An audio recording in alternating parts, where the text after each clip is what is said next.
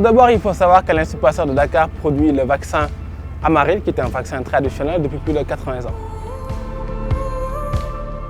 Et l'Institut Pasteur de Dakar, dans sa mission d'innovation, s'engage à adopter de nouvelles technologies qui seront moins chères, plus faciles à produire et plus faciles à distribuer. Et c'est dans ce cadre que nous nous réjouissons de faire partie du SPOC Afrigène, qui donne accès à la technologie de l'ARN messager, qui offre d'innombrables possibilités.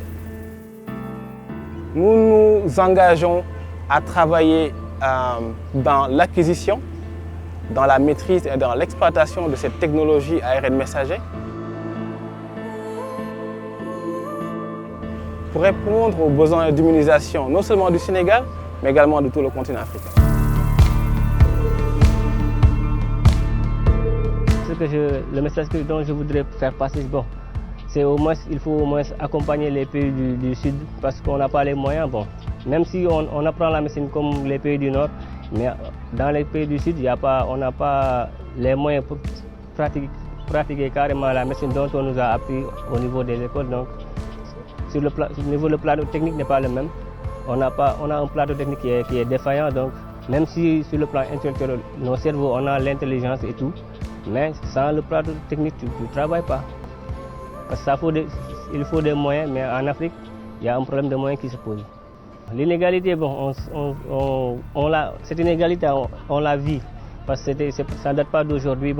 Les pays du Nord ont beaucoup plus les moyens, c'est eux qui fabriquent les vaccins et tout. Donc nous, on ne peut que attendre le temps vu qu'au niveau national, on ne fait pas de vaccins. Donc on est obligé d'attendre les commandes et les dons dont on recevait pour au moins satisfaire les populations.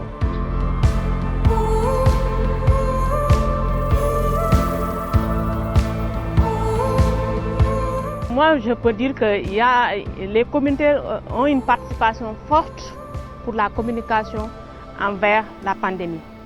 Donc, il faut laisser les communautaires participer à cette pandémie pour qu'ils reculent au niveau de nos pays. Donc, il y a une forte participation de communautaires et la participation de communautaires, c'est très important au niveau de cette pandémie-là.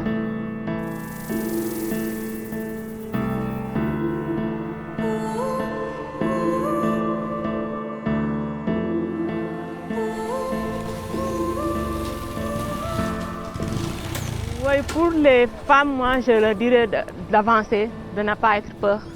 Bien vrai que c'est un peu difficile. Quand tu es femme, tu n'as pas beaucoup de pouvoir, mais il faut aller de l'avant, sensibiliser les personnes, sensibiliser les enfants, sensibiliser les femmes, ils en ont besoin. Donc c'est un combat de tous les jours. Et ce combat-là, il faut que vraiment qu'ils nous aident à le faire en tant que femmes. Et donc vous êtes actuellement sur le site de Diamniadio, dans le vaccinopole de l'Institut Pasteur de Dakar, ou autrement dit le site sur lequel, dans un futur proche, on réalisera l'ensemble des productions de vaccins.